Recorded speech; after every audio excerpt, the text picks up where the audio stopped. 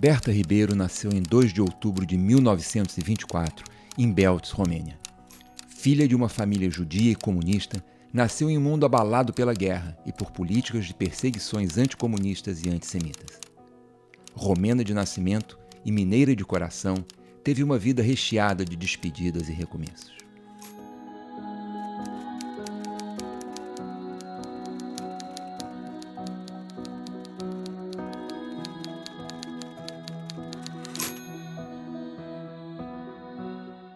Os Carivel, também conhecidos como os Índios Cavaleiros, lutaram pelo Brasil na Guerra do Paraguai. Tiveram seu primeiro contato com os não-indígenas ainda no século XVII. Vivem na fronteira do Mato Grosso do Sul com o Paraguai. Berta e Darcy Ribeiro estiveram por um semestre entre os Carivel, em trabalho de campo que gerou os livros de Darcy sobre arte, religião e mitologia Carivel, publicados na década de 1950. Eu acho que ela é um tipo de um ser humano, era um ser humano, entendeu? Que tem muitas características pessoais, entendeu?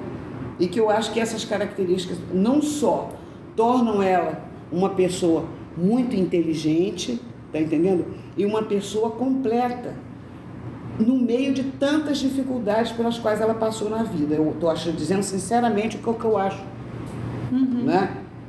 Do que ela, vamos dizer assim, representava para mim como pessoa, como ser humano, né?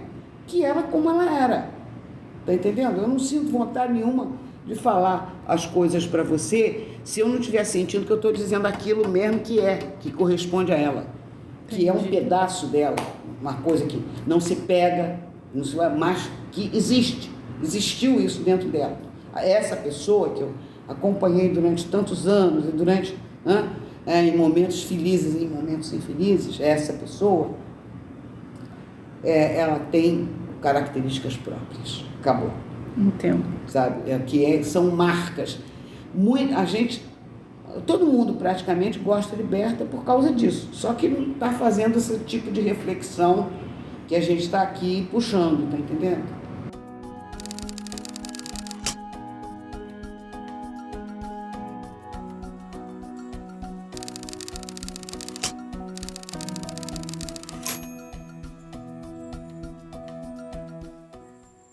Ela trabalhava em casa, né? O escritório dela era em casa, basicamente, principalmente em casa, né?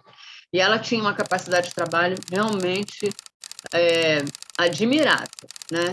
Ela tinha muita concentração e era muito organizada também. Então, ela tinha as pastas com as cartas, com a correspondência. Ela gostava muito de escrever. Ela batia naquela máquina elétrica dela, era assim um torpedo e tal.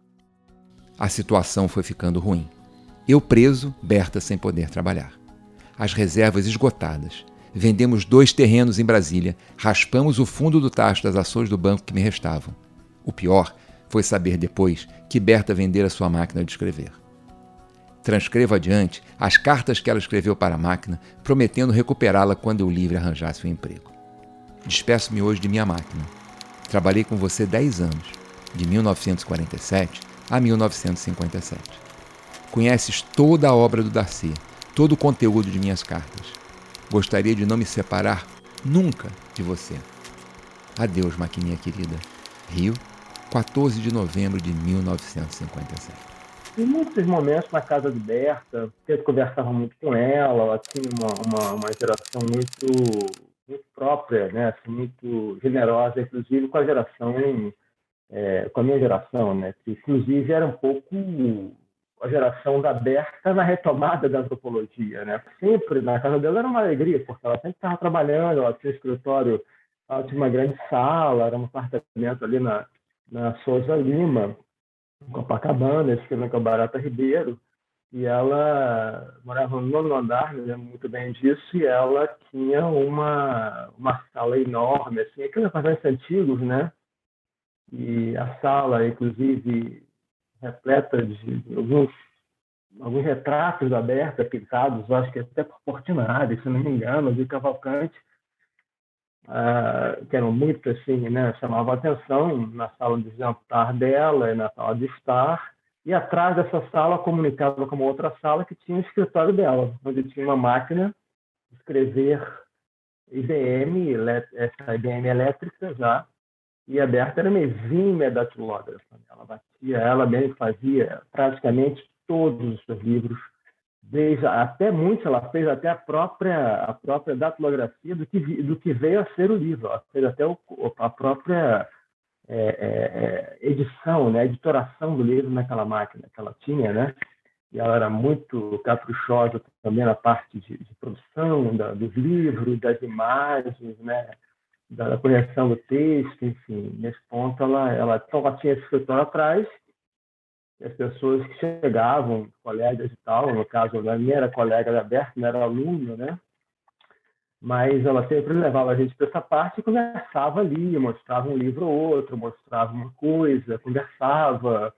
E ela tinha ali uma biblioteca grande, que a parte de índios, né, a parte da tecnologia ficou basicamente para ela, né, ou pelo menos a grande parte. Na época, o Darcy já estava com outros projetos políticos, então ela tinha uma biblioteca muito boa, muito completa, com livros muito raros até de se encontrar, né, e que hoje em dia devem estar na Fundação Berta Ribeiro, lá em Brasília, né?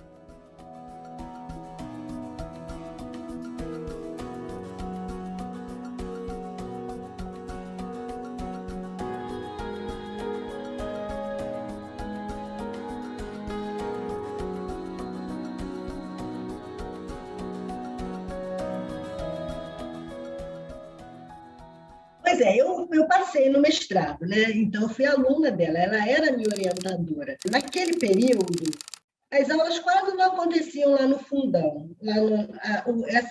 Esse mestrado era lá no prédio da reitoria, era na Escola de Belas Artes. A gente quase não ia para lá.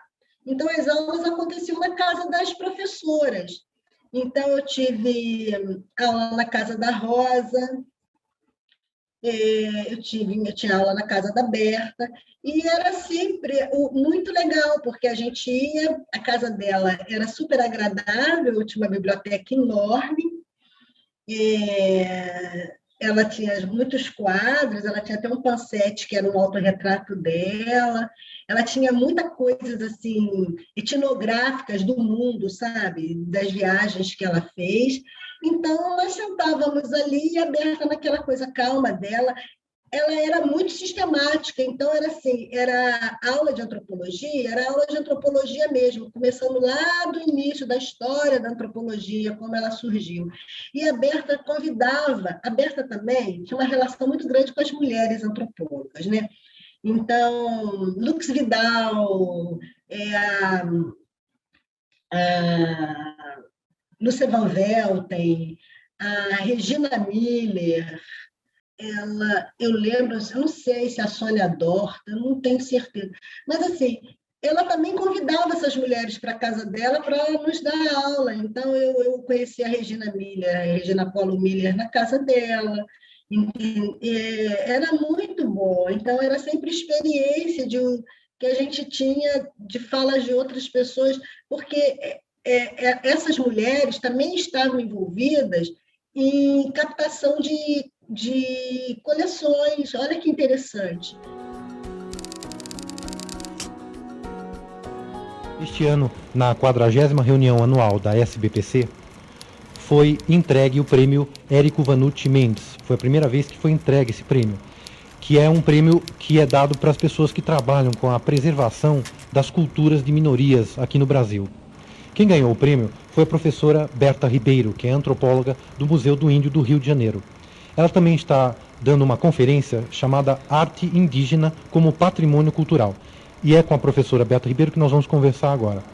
Professora Berta Ribeiro, qual é a importância da gente preservar o patrimônio indígena agora, neste momento aqui no Brasil?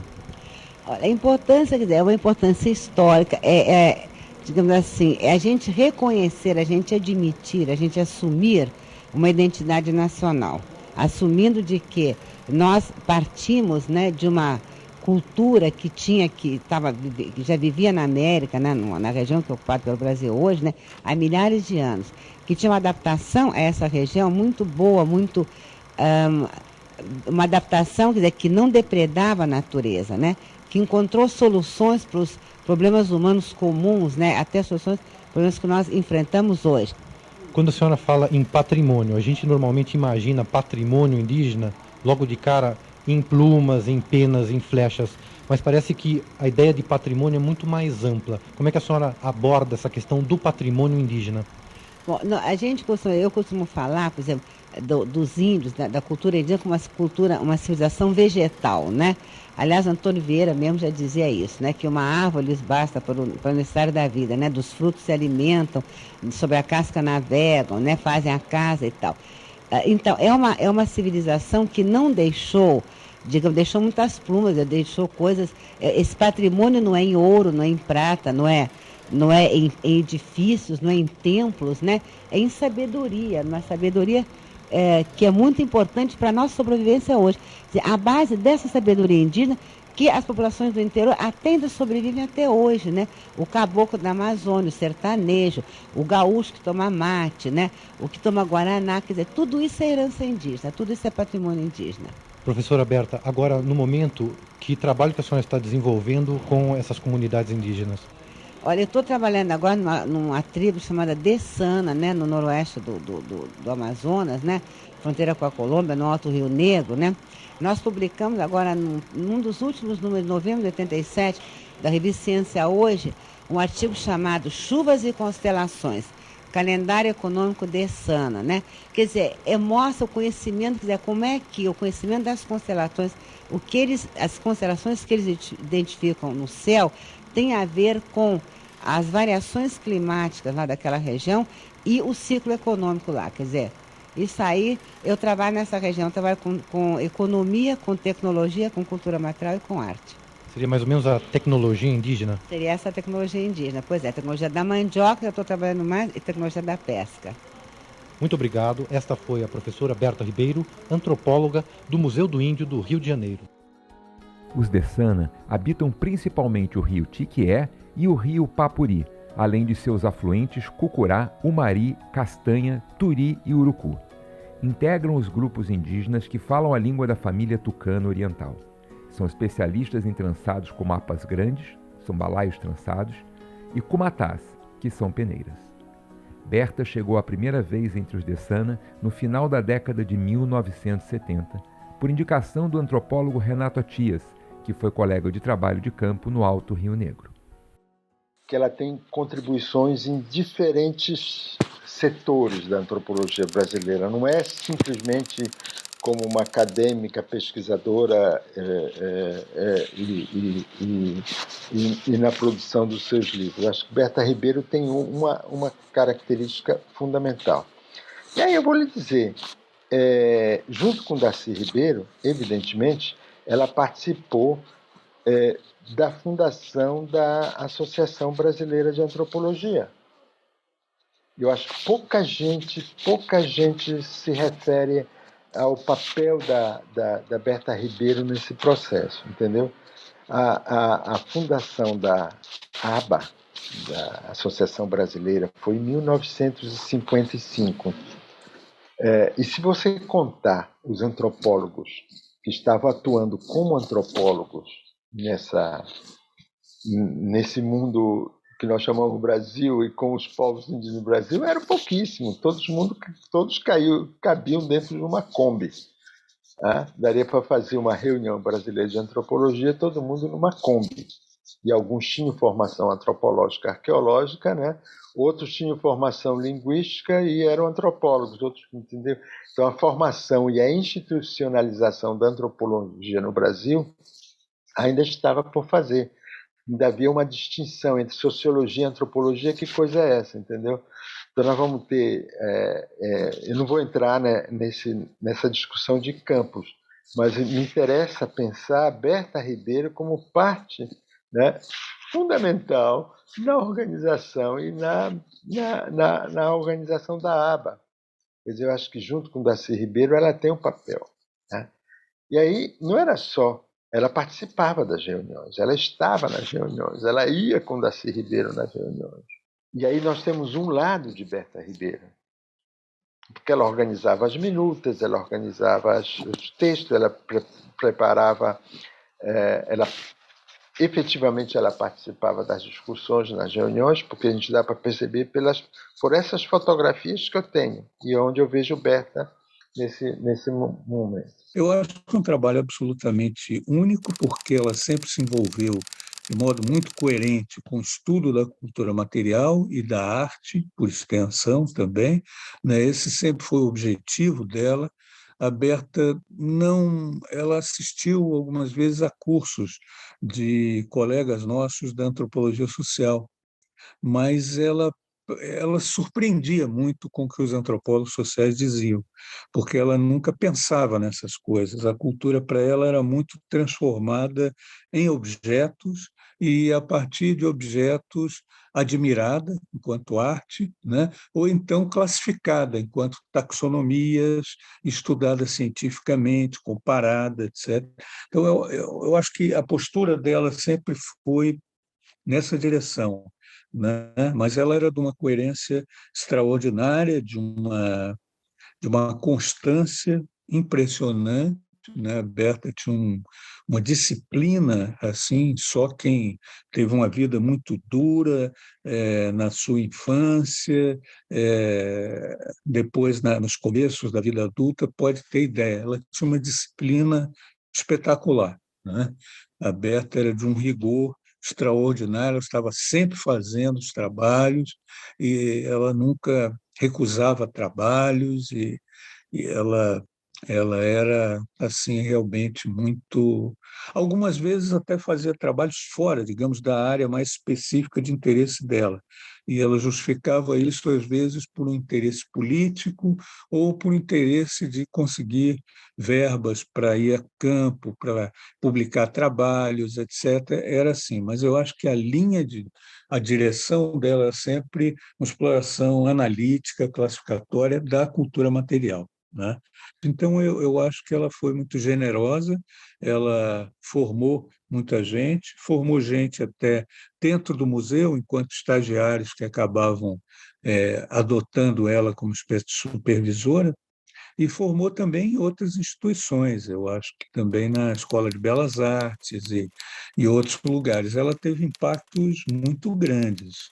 Eu destacaria sempre, como já fiz em outras partes, esse trabalho com a, a cultura material, né? Sobretudo as taxonomias, as tecnologias indígenas, e depois o trabalho com a arte. Eu acho que é o que me, me parece assim o mais visualizado dela e que eu poderia acompanhar melhor. Eu acho que é o conjunto disso tudo, porque tudo isso, toda essa produção que você listou, ela é composta de todos esses aspectos, né? Quer dizer, as exposições, as publicações, né? Os temas diversos que ela se dedicou. Eu penso assim, como no meu trabalho, né? Esses aspectos eles se relacionam, porque você tem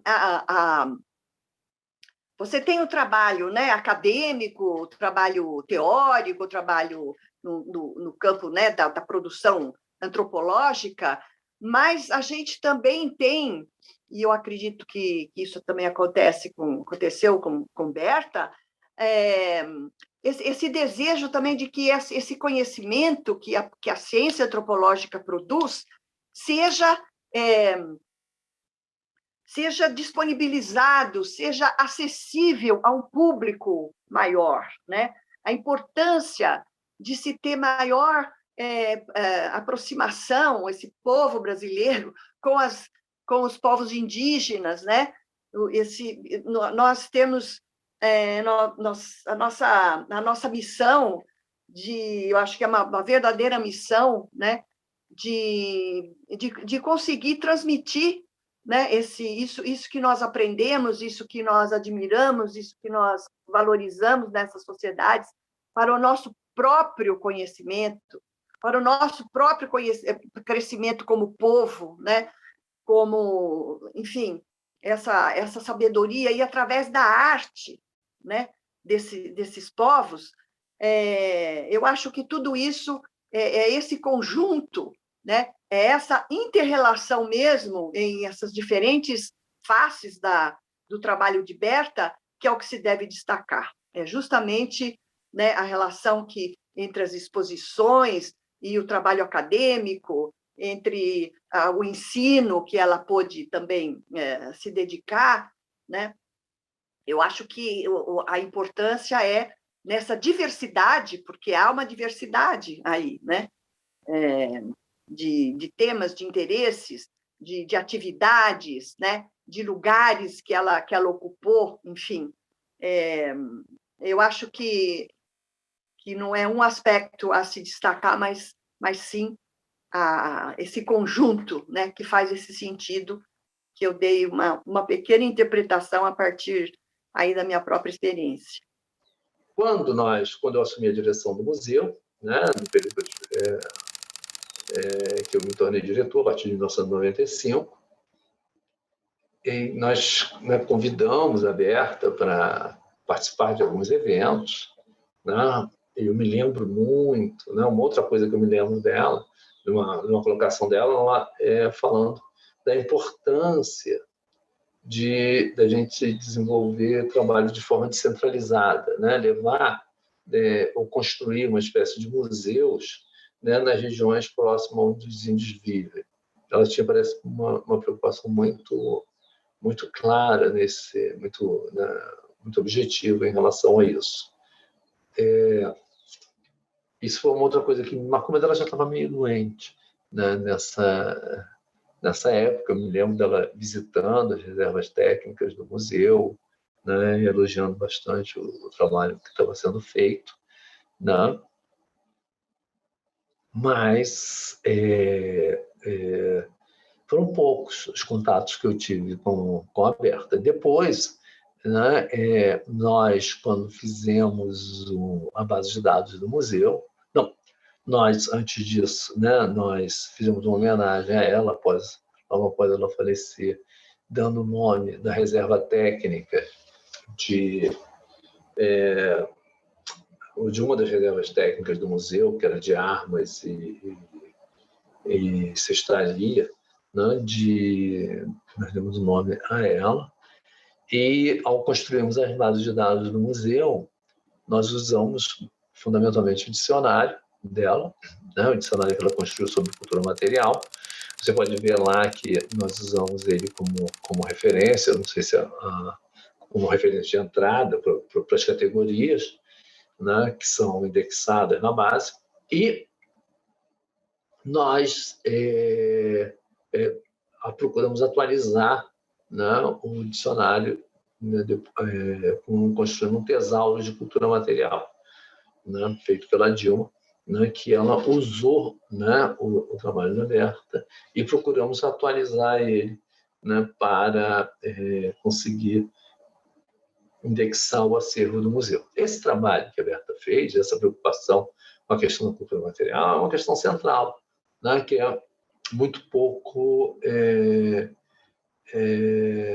às vezes, muito pouco percebido, né, porque o trabalho que ela fez, ela criou o primeiro instrumento que nos permitiu, né, organizar um acervo etnográfico sobre os povos indígenas, né? Isso tem uma importância muito grande. Ela é pioneira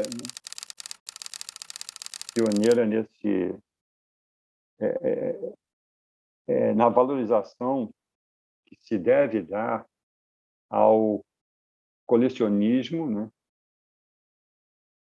A pioneira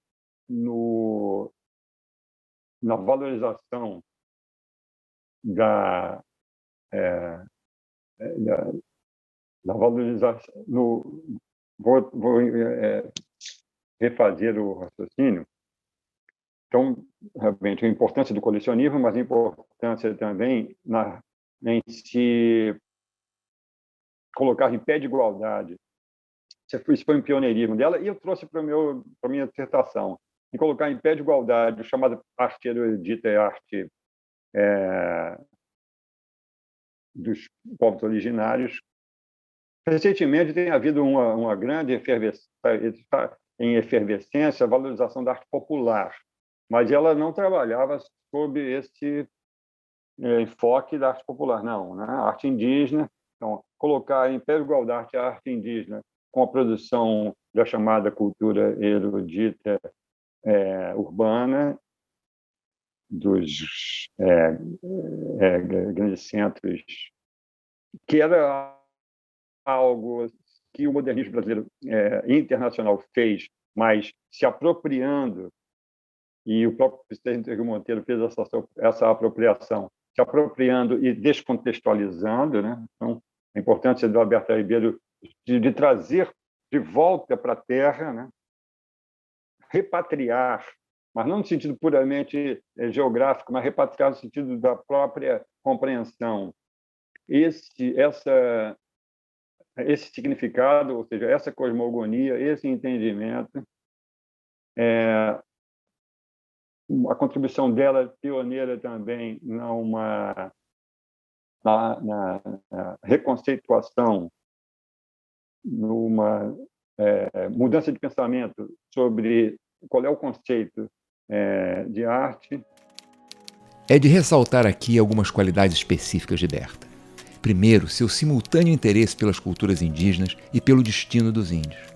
Segundo, seu respeito por seus informantes indígenas, que chega ao ponto de publicar um livro de mitologia em nome deles e lhes transferir os direitos autorais. Terceiro, sua ampla visão, que incorpora tudo o que conhecemos sobre a sabedoria dos povos da floresta dentro do quadro da sociedade e da cultura brasileira, tema sobre o qual publicou vários livros. Eu gostaria de, nesse sentido, primeiro destacar que a Berta foi pioneira em diferentes coisas, mas ela, sobretudo, foi pioneira em dois aspectos.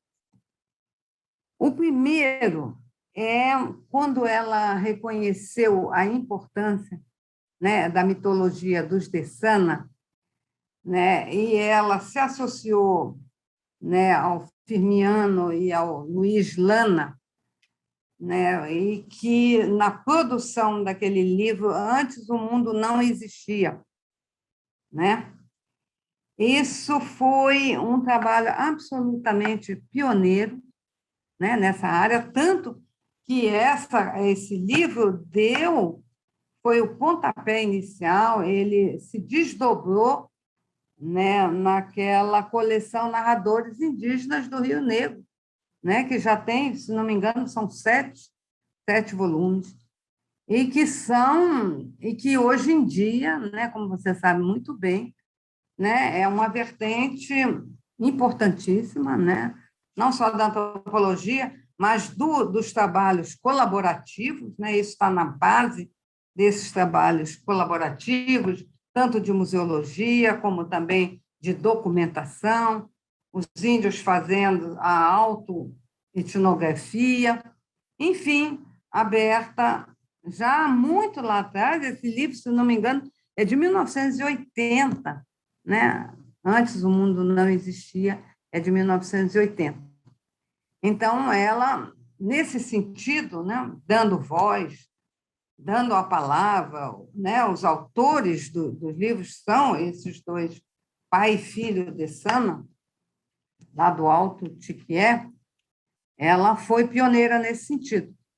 Ainda entre os Dessana, ela também foi extremamente pioneira no reconhecimento do Feliciano Lana enquanto um artista plástico, né, um ilustrador da mitologia.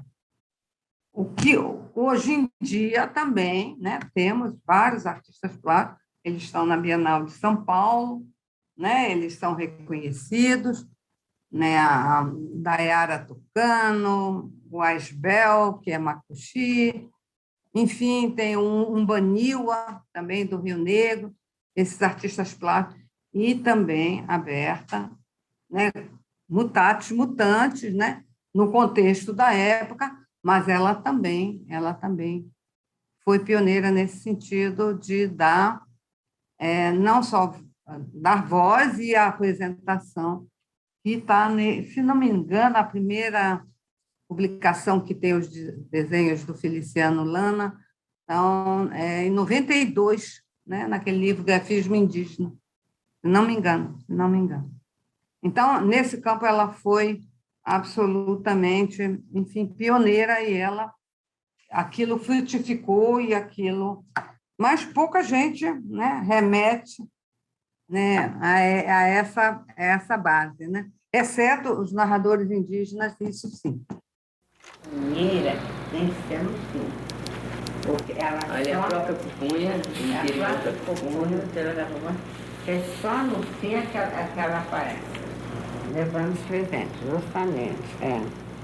Agora, tem um desenho em que ela cozinha. Essa é a casa do Quilom, ao longe. Ao longe.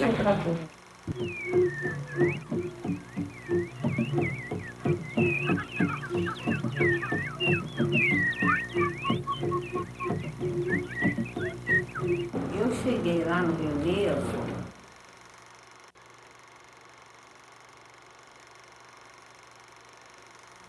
era quase que uma civilização da palha mesmo, tudo era de palha. Como é que o índio também, ele necessita, como ele não tem escrita, né? Então ele necessita ter uma imagem para poder dizer o que ele pensa, o que ele acha. Me interessei, quer dizer, principalmente pelos desenhos, né? Pela essa coisa de poder juntar a palavra, juntar com a imagem.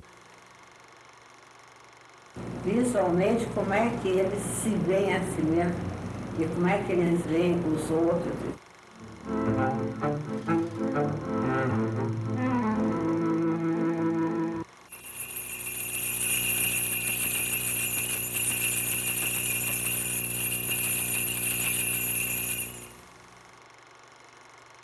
A exposição dela, Amazônia Urgente, ela que eu acho que foi um dos últimos, né? Assim, trabalho dela, não sei, mas a Amazônia Urgente, ela me convidou para ir para a exposição que foi exposição maravilhosa ali na estação do Largo da Carioca, né? E ela me convidou um dia, eu fui, ela estava sozinha, e aí ela me ciceroneou na exposição. Ela paramos diante de uns quadros lá que tinha sobre línguas indígenas. E, para minha surpresa, porque ela não tinha dito nada, eu fiquei muito feliz, ela usou bastante um artigo que eu tinha publicado na revista Ameríndia. É uma revista da Universidade de Paris 7, de etnolinguística, sobre a história das línguas na Amazônia. Então, a exposição, essa exposição, ela foi um pouco profética, né? Porque ela discutiu 30 e poucos anos antes questões que hoje estão na ordem do dia. Está na COP aí, sei lá, 26 em Glasgow, aberta está na COP, está entendendo? Porque os temas que ela abordou estão lá, né? Essa exposição foi feita, você sabe disso, né, com o Museu do INEP, que está hoje numa situação de destruição, e o Museu Geld. A Berta é responsável pelo projeto conceitual da exposição, pelos textos, pela seleção de iconografia, né? E, nessa exposição, ela faz uma divulgação científica, como disse o Salat, né, sobre os biomas amazônicos, mas também sobre a história da região, os biomas contextualizados dentro da história da Amazônia. Ela faz um diagnóstico, propõe alternativas, né, para o manejo racional do manancial hídrico, da flora, da fauna, né? E alerta sobre o desmatamento, as queimadas, não é? A exposição termina com homenagem a Chico Mendes, né? Com um poema lindíssimo do Paz Loureiro sobre o Chico Mendes.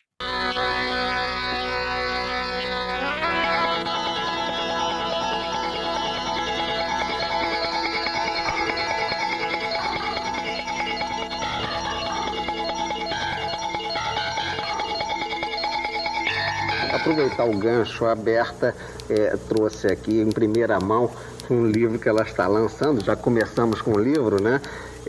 Sobre a Amazônia, né? O Amazônia Urgente aqui, que eu mostro até para lá. Tem um subtítulo, 5 séculos. 5 séculos de história e ecologia. Isso. Bem, e a gente vê que o símbolo aqui é uma árvore desfolhada, tal como recentemente nós temos visto na questão dos Yanomamis, na questão da mineração, que afeta aí toda uma política ambientalista brasileira. Hoje, quando se discute a questão do desmatamento da Amazônia, há que se discutir também a questão indígena. Como que você acha que toda essa movimentação, que é até internacional, embora certamente os americanos trataram de matar os índios que podiam, né? Mas agora ficam muito preocupados com os nossos. Mas vamos esquecer um pouco eles. E a preocupação dos nossos nessa discussão da Amazônia, como você tratou. Pois eu acho que, por exemplo, o que a Bruna diz, quer dizer, que há nos últimos anos, 10 por aí, quer dizer, uma participação, uma presença maior da questão indígena, né? Nos meios de comunicação, nas preocupações mesmo governamentais, um pouco hipocritamente, né? Quer dizer, falou-se muito, demarcação de terra, demarcou tanto, mas a gente sabe que o processo de demarcação de terra é um processo longo, né? Quer dizer, você tem 4 etapas. Primeiro reconhece a terra, depois então delimita, impede que invada, depois então demarca, depois ainda tem que registrar em cartório e é homologado pelo presidente da República. É uma coisa bem complicada. Mas o que eu acho, quer dizer, um dos argumentos, eu acho, das pessoas, nós antropólogos, linguistas e as pessoas envolvidas com a questão indígena, vai ser daqui por diante, tem sido também o problema de que o índio é um ecólogo, ele é um ambientalista, ele é defensor da natureza. Então, na medida em que nós, e agora, quer dizer, 60% da população indígena se encontra na Amazônia, né? Da que restou.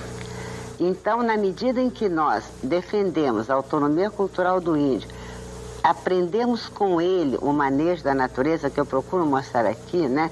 Um diretor do INPA, o professor Paulo de Almeida Prado, em 1970, ele diz o seguinte, que nós consideramos o índio um ser inferior, que não temos nada a aprender com ele e tal. Mas quando se trata da Amazônia, ele é superior. E ele diz, então, a grande tragédia é que justamente agora, quer dizer, que o mundo está se dando conta da importância da biodiversidade da Amazônia, quer dizer, a grande quantidade de plantas, de micro-organismos, de mamíferos, de insetos, de flora e fauna que existe lá e que tem potencialidades enormes, né, para a medicina, para a agricultura, para uma série de coisas, nesse momento é que ele está desaparecendo e com ele todo esse conhecimento, né? Então, quer dizer, tão urgente quanto estudar as línguas indígenas, que também, quer dizer, faz parte do patrimônio cultural da humanidade. Uma língua não se inventa da noite para o dia, né? Então, também é muito importante a gente conhecer, estudar o conhecimento da natureza dos índios e o modo como eles se adaptam. Por exemplo, o índio, ele não desmata como nós, quer dizer, abre aquela fazenda de gado, né? Então desmata 100 mil hectares, 10 mil hectares, essa loucura. Então o que acontece? Quer dizer, na floresta amazônica, diz o Chubb, quer dizer, ela vive sobre o solo, ela não vive do solo. O solo é o suporte físico dela, né? Ela vive daquela floresta que vai... Quer dizer, a presença da floresta impede que aquelas chuvas pesadíssimas, né, acabem com o solo, etc. Então, quer dizer, o índio ele faz uma rocinha de 1 hectare que dá para a família dele viver durante 1 ano, né? Geralmente explora 2 ou 3 horas. E deixa um corredor ecológico em torno. Quando ele deixa aquela roça, deixa de pouso, durante 2 ou 3 anos, aquela floresta vai se refazendo. E ele também deixa, quer dizer, deixa opção de plantas, né, para os bichos comerem, ingá, pupunha, o mari, várias outras, quer dizer, então ele planta para ele comer para o bicho também. Quer dizer, há um conhecimento, um manejo, sabe? E mesmo na mitologia, uma série de superstições e tal, mostram que ele sabe que ele só vai poder sobreviver, vai ter uma qualidade de vida, se ele também deixar sobreviver os outros seres vivos. Em 1987, neste Museu do Índio aqui no Rio de Janeiro, eu encontrei com ela aqui na sala dela aqui, no museu onde ela tinha a mesa dela, daí conversamos bastante. Aí ela me levou para Copacabana, onde ela morava, né, lá na Souza Lima. Então ela começou a conversar comigo tranquilamente. Então qual era o nosso desejo do projeto de trabalho nosso em Paricachoeira. Então falamos para ela, porque nós queremos a nossa independência de ideias, nós queremos a nossa reivindicações valorizadas, buscamos nossos valores, costumes. Então ela ficou muito encantada com a nossa história. Eu caminhei com ela lá na praia de Copacabana, aqui no Rio de Janeiro, e aqui nesse próprio museu com ela, né? Eu tive esse prazer de conversar com ela. Então ela me falava muita coisa sobre a luta dos povos indígenas, da origem dela também um pouco, que ela é judia, né? E tocava muito pouco sobre a relação como ela foi casada com o antropólogo o Darcy Ribeiro, né? Um grande antropólogo, também um grande estadista, né? O grande defensor dos povos indígenas. E a dupla se formava uma grande dupla de defensores dos povos indígenas.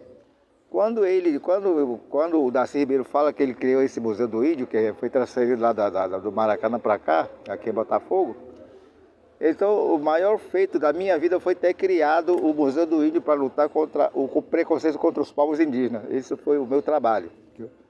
Então ele ouviu esse trabalho também, juntamente com a Berta, então ela falou, eu não cheguei a conhecer o Darcy Ribeiro pessoalmente.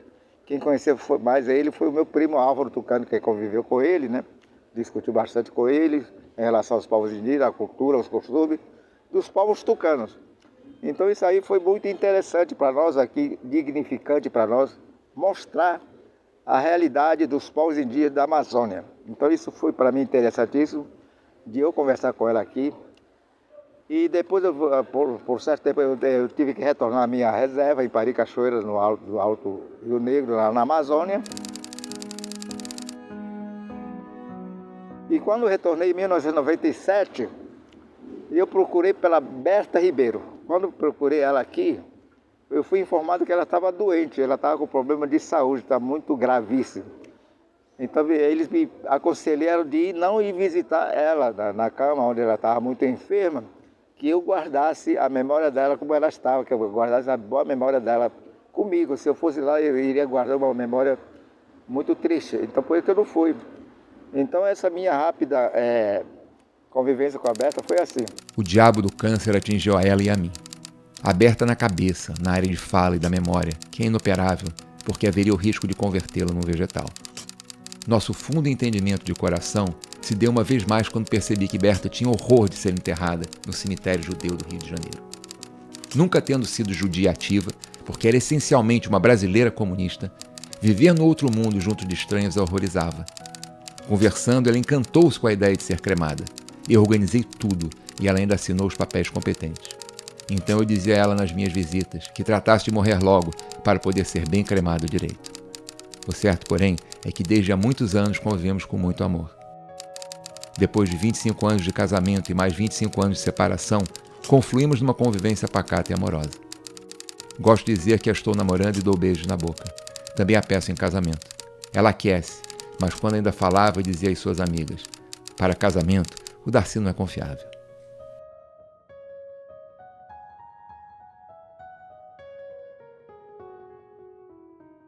Conversei com Berta pela última vez por telefone, acho que foi em 94, quando eu percebi que ela estava gravemente doente. Eu liguei para ela por algum motivo para convidar para fazer alguma coisa. Eu estava organizando uma coisa na aba, alguma coisa assim. Liguei para a casa dela e a moça que trabalhava lá passou ela no telefone e ela não falou mais assim, ó, eu sentia que ela não estava mais se localizando, estava entendendo o que era a situação que eu falava para ela, enfim. Eu fiquei muito assim, tocado no telefone e percebi que ela estava passando por alguma coisa muito complicada. Era um sintoma da doença muito grave, né? Logo depois a moça veio no telefone, falou que ela não estava muito bem, depois eu ligasse mais tarde e tal, enfim, mas que ela... Então eu senti que ali houve uma... E daí para frente ela entrou em coma, enfim, e aí foi muito rápido o processo, né? Então eu só sabia dela pela a Stella Morim, que era muito amiga dela, e ficou ao lado dela até a morte dela, e me davam notícias dela. Não tive mais acesso aberto depois que ela ficou doente e veio falecer já em 97, né? Mas foi um longo processo. E, enfim, então não tive mais contato. Depois desse telefonema, foi a última vez que eu falei com ela e percebi que ela não estava bem, que havia alguma coisa ali estranha, de doença que estava se manifestando já naquele momento. Teve um período depois, assim que eu terminei meu doutorado, eu voltei justamente para Belém, né? Quando acabei os créditos, isso foi em 91. E aí também, novamente, a nossa relação foi se espaçando só de vez em quando. E eu a revi pouco antes dela falecer, né? Eu simplesmente não aguentei vê-la na situação que ela ficou, né? Quando ela me disse que eu sei que eu conheço você, eu sei que eu gosto de você, mas eu não sei quem é você. Aí eu desabei. Eu talvez até desabasse agora também. Aí eu não consegui mais ir visitá-la, né? Porque foi isso, a Berta foi se apagando, né? Aos poucos, perdendo a memória. Isso foi, eu acho que no primeiro semestre, né, de 97. Em agosto de 1994, Berta adoeceu com um tumor cerebral que a matou em 17 de novembro de 1997. Trabalhou até quando a doença lhe permitiu. Sabia que ficaria inconsciente e queria organizar-se para o fim. Era tarde demais para mitigar os sofrimentos daquela pequena órfã judia, romena e suavemente brasileira.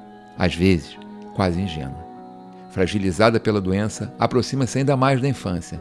Ela se sentia tão somente Dessana.